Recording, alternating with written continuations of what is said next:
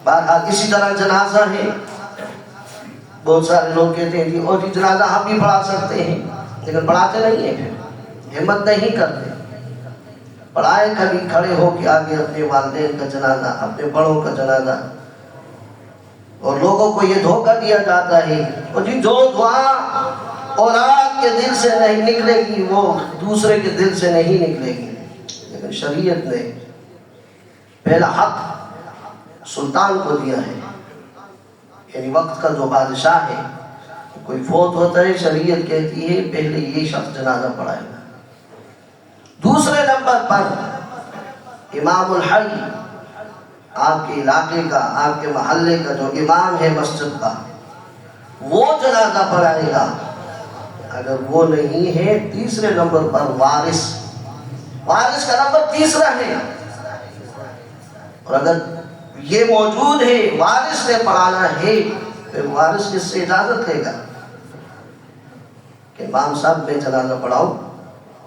منع تو نہیں کرتے، یہ ایک شریعت کا رول ہے، طریقہ ہے، ایک ضابطہ ہے، طریقہ ہے، انتظامی امور ہے، اس میں کوئی خاص وجہ ہے۔ ٹھیک ہے شاید بیٹے کے دل سے دعا اچھی طرح نکلے گی، لیکن بیٹے کے الفاظ اور کلمات کی وہ حیثیت وقت نہیں ہوگی جو ایک عالم کی ہوگی۔ الفاظ کو بھی دیکھو، اب میرے ہاں ایک جاننے والے کی اور میرے ہاں ایک نہ جاننے والے کی، ان دونوں کے الفاظ کی قدر و قیمت ہے۔ ایک آدمی کا میرے ساتھ تعلق جوڑ مضبوط ہے اور ایک کا ناقص ہے، دونوں سفارش کرتے ہیں آ کر، لیکن جس کا میرے ساتھ تعلق مضبوط ہے میں نے تو اس کی سفارش کو زیادہ سننا ہے، میں نے تو اس کی سفارش کے ان الفاظ قابل عمل زیادہ سمجھ رہے ہیں، کیوں اس کا انداز بھی ٹھیک ہوگا، اس کا طریقہ بھی ٹھیک ہوگا، وہ میری طبیعت کے مطابق الفاظ کہے گا، وہ میری رحمت اور برکت کے مطابق وہ الفاظ کہے گا، اور جس کے پاس میرے ہاں کھڑے ہونے کا قدر و قیمت ہی نہ ہو، میرے سامنے اٹھنے بیٹھنے کا اس کو اندازہ نہ ہو، وہ آ کے میرے سامنے کھڑا ہو کے مجھے کسی کی سفارش کرے گا، میں اس کی طرف اتنی توجہ شاید کہ نہ دے سکوں۔ بہرحال اب یہ کر رہا تھا کہ قرآن مجید رسول اللہ صلی اللہ علیہ وسلم بیٹھے ہوئے ہیں، اتنے میں آپ کے چچا عباس رضی اللہ تعالیٰ عنہ تشریف لاتے ہیں۔ دیکھو کتنی پیاری بات ہے، جو رسول اللہ بھتیجے ہیں اور اپنے چچا کو کہہ رہے ہیں کہ عباس آؤ تمہیں میں ایک عمل بتاتا ہوں، بلکہ یوں کہا عباس کیا میں تمہیں ایسا عمل نہ بتاؤں کہ تم وہ عمل کرو تو اللہ تعالیٰ تمہارے چھوٹے بڑے گناہوں کو معاف فرما دے؟ چچا نے کہا بھتیجے ضرور، کیوں نہیں، میں تو خوش ہوتا ہوں، آپ ایسا عمل مجھے بتائیں کہ میں وہ عمل کروں اور میرے گناہ اس سے معاف ہو جائے، ہم خطاکار ہیں، گناہگار ہیں۔ فرمایا چچا جان صلاۃ تسبیح پڑھا کرو۔ کیا کیا کرو؟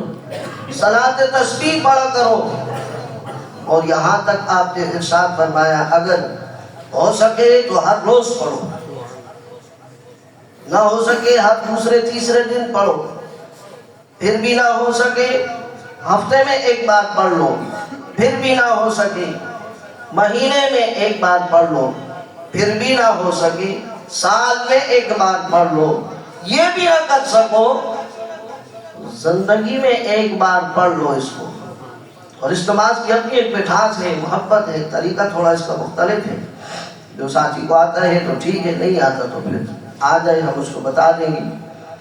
صلاۃ تسبیح کوشش کرے جمعے کے دن پڑھے تو، کیونکہ رمضان کا مہینہ ہے، جمعے کے فضائل اور بڑھ جاتے ہیں اور عمل کے فضائل اور بڑھ جاتے ہیں، ہر چیز کی قدر و قیمت اس میں بڑھ گئی ہے۔ یہ ضروری نہیں کہ رمضان میں انسان پڑھے، عام دنوں میں بھی پڑھ سکتا ہے، لیکن رمضان میں چونکہ انسان کی روحانی طبیعت تھوڑی نرم ہوتی ہے، اس طرف فضا قائم ہوتی ہے اچھے اعمال کی طرف، تو خود بھی کوشش کرے، گھر والوں کو بھی بتائیں کہ صلاۃ تسبیح پڑھیں۔ حالانکہ آپ دوسری حدیث میں یوں بھی آتا ہے کہ آپ صلی اللہ علیہ وسلم ایسے ہی وعظ و نصیحت کے لیے تشریف لائے، آپ نے پہلے قدم پر جو منبر تھا اس کے اوپر پاؤں رکھا, آپ نے کہا آمین. اور کرنا کلمات میں. رسول اللہ صلی اللہ علیہ وسلم منبر پر قدم رکھتے ہیں, فرماتے ہیں آمین. دوسرے پر رکھتے ہیں, پھر فرماتے ہیں آمین. تیسرے پر رکھتے ہیں, پھر فرماتے ہیں آمین. صحابہ کرام نے جب آپ نے واعظ و نصیحت کی, خطبہ ختم ہوا, بعد میں پوچھا اللہ کے رسول آج تو آپ نے کوئی نئی بات نہیں کی, آج تو ہم نے کچھ عجیب کلمات سنے ہیں, کوئی نظر بھی نہیں آ رہا تھا, اور آپ نے پہلے ممبر کی سیڑھی پہ پاؤں رکھا, آمین کہا, دوسری پہ آمین کہا, تیسری پہ آمین کہا. اس سے پہلے آپ نے ایسا عمل نہیں کیا. رسول اللہ صلی اللہ علیہ وسلم نے ارشاد فرمایا, او میرے ساتھیوں, جب میں نے پہلی سیڑھی پہ پاؤں رکھا تو میں نے کہا آمین. وہ میں نے اس لیے کہا کہ اس وقت جبریل امین تشریف لائے تھے, تمام فرشتوں کا سردار تشریف لایا تھا, اور اس نے ایک دعا کی, میں نے اس کی دعا پہ آمین کہا ہے. صحابہ نے کہا کیا دعا تھی, ہمیں بھی بتائیے گا. کہا اس نے دعا کی اور مجھ سے کہا کہ آپ آمین کہو. جبرائیل نے یہ دعا کی, ہلاک ہو جائے, تباہ ہو جائے وہ شخص جس پہ رمضان کا مہینہ گزرے اور اس کی بخشش نہ ہو سکے. ہلاکت ہو اس شخص کے لیے, تباہی ہو اس شخص کے لیے. پورے رمضان کا مہینہ اس کے اوپر گزر گیا, نہ اس کو رات کا پتہ ہے, نہ اس کو دن کا پتہ ہے, نہ اس کو روزے کا پتہ ہے, نہ روزے کے فضائل برکات کا پتہ ہے. بس کھانے پینے سے رک جانے کا نام اس نے روزہ رکھ لیا ہے جی, رات دن سو لینے کا نام اس نے روزہ سمجھ لیا ہے جی. نہ کسی کام کو ہاتھ ڈالتا ہے جی, او جی میرا روزہ ہے. نہ کسی کے ساتھ ہاتھ بڑھاتا ہے, او جی میرا روزہ ہے. کسی کام سے گھر والے کہتے ہیں او جی میرا روزہ ہے. نہ پڑھتا ہے روزہ ہے, نہ کھاتا ہے روزہ ہے, نہ پیتا ہے روزہ ہے, کچھ بھی نہیں کرتا.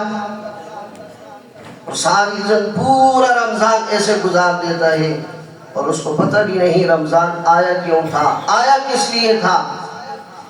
فرمایا ایسا شخص ہلاک ہو جائے. رسول اللہ صلی اللہ علیہ وسلم نے کہا آمین ہونا چاہیے. یہ دعا کون کر رہے ہیں؟ جبریل امین کر رہے ہیں, اور آمین رسول خدا صلی اللہ علیہ وسلم کر رہے ہیں. کائنات کے ہر ذرے سے پتھر بن سکتے ہیں, قطروں سے دریا, دریا سے قطرے بن سکتے ہیں, پہاڑ ریزوں کی طرح ہواؤں میں اڑ سکتے ہیں. اگر کوئی آدمی اس بات کی خبر دیتا ہے آسمان ٹوٹ کر گر گیا, ریزے ریزے ہو چکا, ہو سکتا ہے. زمین یہ 7ویں تہ تک جا سکتی ہے اگر کوئی آدمی اس بات کی خبر دے دے. ہم ماننے کو تیار ہیں, لیکن اگر کوئی آ کے یہ کہے پیغمبر خدا کی زبان سے بات نکلی ہے اور وہ جھوٹی ہے, ہم قطعاً ماننے کو تیار نہیں. ایسا نہیں ہو سکتا کہ آپ کی زبان اطہر سے بات نکلی ہو, اس میں شک اور شبہ کی گنجائش بھی ہو. دوسرے نمبر پر کہا میں نے دوسرے سیڑھی پہ جو پاؤں رکھا, اس وقت جبریل امین نے کہا ہلاک ہو جائے وہ شخص, تباہ و برباد ہو جائے وہ شخص کہ جس کے اوپر رمضان المبارک کا مہینہ گزرے اور اس کے والدین میں سے کوئی ایک یا دونوں زندہ ہو.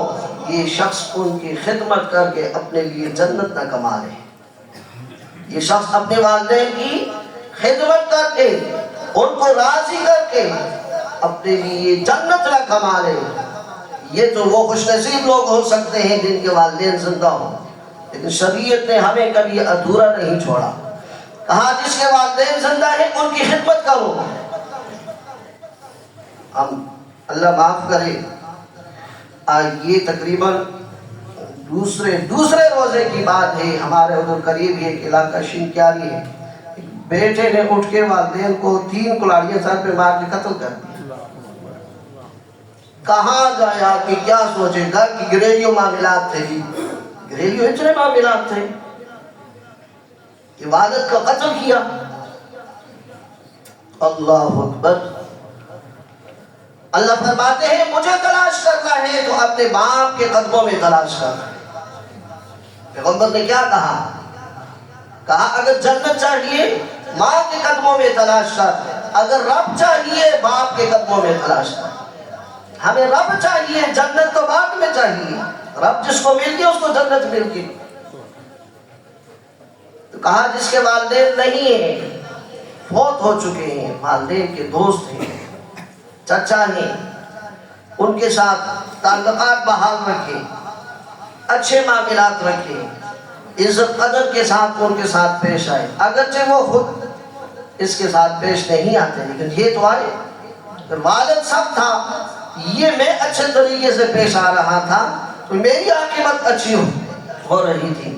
ایسے ہی ان کے ساتھ رشتہ تعلق مضبوط رکھیں۔ آج تو اگر سب سے زیادہ دوری ہوئی ہے یہاں آگے والدین کے رشتہ داروں میں، بالخصوص جو والد کی طرف سے رشتہ دار ہیں، وہاں بہت زیادہ پھوٹ پڑی ہوئی ہے۔ چچاؤں کے ساتھ، پھوپھیوں کے ساتھ اور چچاؤں کی اولاد کے ساتھ یہ یہاں جتنی پھوٹ پڑی ہوئی ہے، بغیر کسی حق کے، بغیر کسی کوئی ایسے خاص عذر کے کہ جس کو ہم عذر کہہ سکیں، شریعت جس کو عذر کہہ سکے، لیکن یہاں پھوڑ پیدا ہو چکی ہے۔ ان کو جوڑو، ملاؤ آپس میں، اللہ کل قیامت کے دن اپنی رحمت سے ملائے گا۔ ان کو جو جوڑے گا اللہ اپنے عرش کے سائے کے نیچے اس کو جگہ عطا فرمائیں گے۔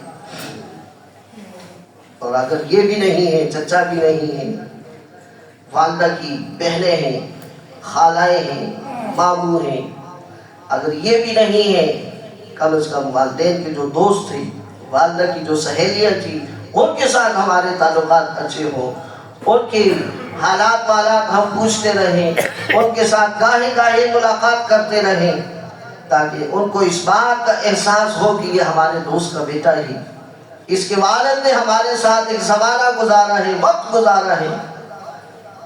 آگے لکھا ہے کہ اگر کسی کا والد کا نہ دوست تھا، نہ کسی کے والد کا بھائی تھا، نہ کسی کے والد کے رشتہ دار تھے، نہ کسی کی والدہ کا کوئی دوست تھا، نہ کسی کی والدہ کا کوئی بہن تھی، نہ اس کا کوئی بھائی تھا، کوئی بھی نہیں تھا، کوئی بھی نہیں تھا، کہا ان کی قبریں تو ہیں، ہفتے میں کم از کم ایک بار والدین کی قبر پہ چلے جایا کرو، وہاں پر اس نیت سے جاؤ کہ یہ میرے والدین کی قبر ہے، مجھ سے بڑی کبھی یہ کوتاہیاں ہوئی ہیں، وہاں حاضری دو، دعا کرو ان کے لیے۔